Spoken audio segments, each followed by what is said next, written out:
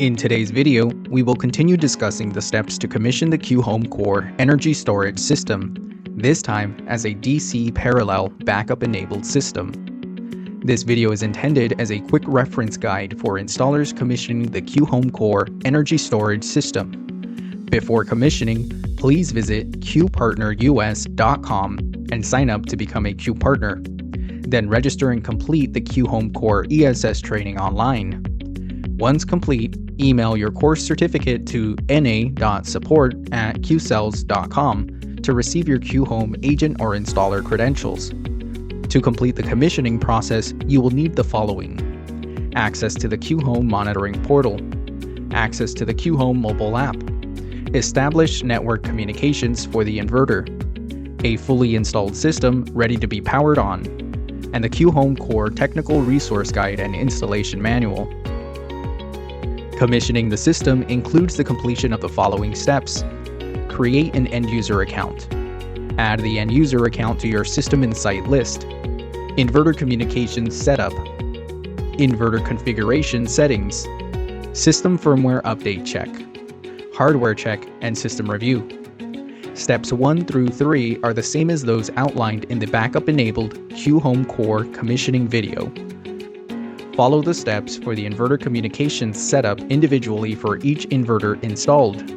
For a detailed walkthrough of these steps, please check out the video linked in the description below. Otherwise, this video will go over how to add multiple inverters to an end-user account, system firmware updates, the inverter configuration settings, and hardware check and system review for a DC parallel backup-enabled system.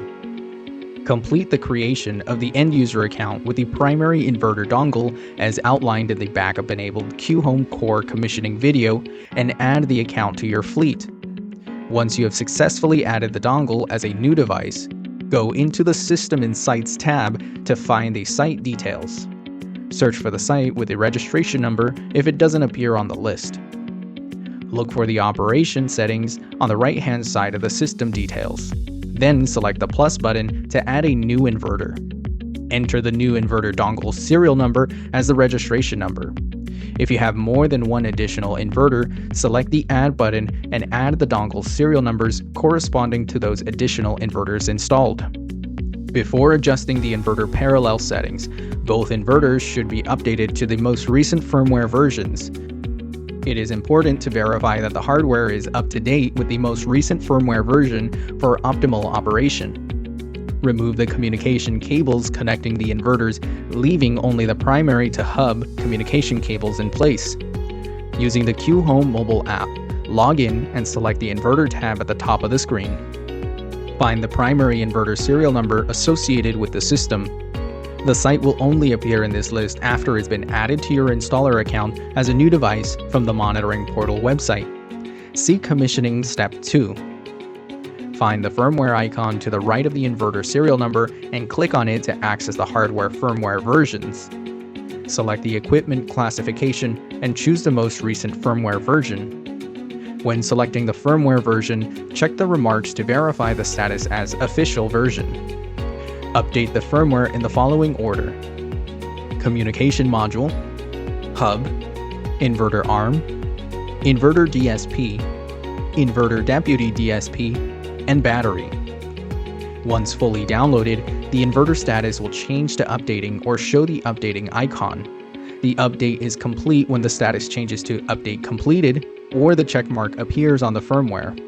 Repeat these steps for each inverter installed on the system. Once all firmware updates are complete, reset the system by powering down the hardware, reconnecting the communication cables, and turn everything back on. The steps outlined for the firmware update require the inverter to communicate with a network. If no network is available for the inverter to connect to, a local firmware update can be pushed using a USB thumb drive. Please contact support for more information on where to access these files. From the same inverter list in the Q.HOME mobile app, locate the correct inverter serial number associated with the system. Find the settings icon to the right of the inverter serial number and click on it to access the inverter settings. The settings will be characterized between basic, advanced, and super. You will only need to access the basic and advanced settings to complete commissioning. Start with basic settings to verify the date, time, and language are correct. Select System Switch and set this to On. Then press Save. Select Work Mode and choose your desired mode appropriate for the system owner. Then press Save. Go back to the inverter settings and enter Advanced Settings. Input the password found in the commissioning guide to access Advanced Settings. Once in the Advanced Settings, select Grid Code and choose the code appropriate for your location. Scroll down the list to find Parallel Settings, then set to Primary and press Save. Set the parallel number to the value of the total number of inverters installed, including the primary. Once complete, exit out of the inverter settings and go back to the inverter list to complete the next step. Repeat these steps for the first secondary inverter. When entering the advanced settings, start off with a grid code and ensure that this matches your local grid code. Scroll down the list to find Parallel Settings, then set to Secondary 1 and press Save. The remaining inverters on site will need to be commissioned in the same manner, increasing the secondary count from 1, 2, then 3, depending on how many inverters total there are installed. Reset the system to ensure that the inverters recognize the changes made to parallel settings. After resetting the system, the inverters will enter an automatic check mode. Once complete, confirm no errors or alarms are flagging on the system. Connect to the inverter locally or check the monitoring data to ensure the inverters are producing and the batteries are charging. Test the operation of EPS mode by turning off the disconnecting device feeding the hub. The system will enter EPS mode and will energize the backup load panel with solar and battery power. Confirm the consumption data is reporting correctly by checking that the utility meter readings match the consumption meter data with the solar and batteries turned off. Without proper load data, the battery will not operate correctly and can lead to issues or damage to the hardware. If no alarms or errors persist and the load measurements match the utility meter readings, you have successfully completed the commissioning of the Q.HOME Core DC Parallel Backup System. Congratulations, and thank you for watching this video.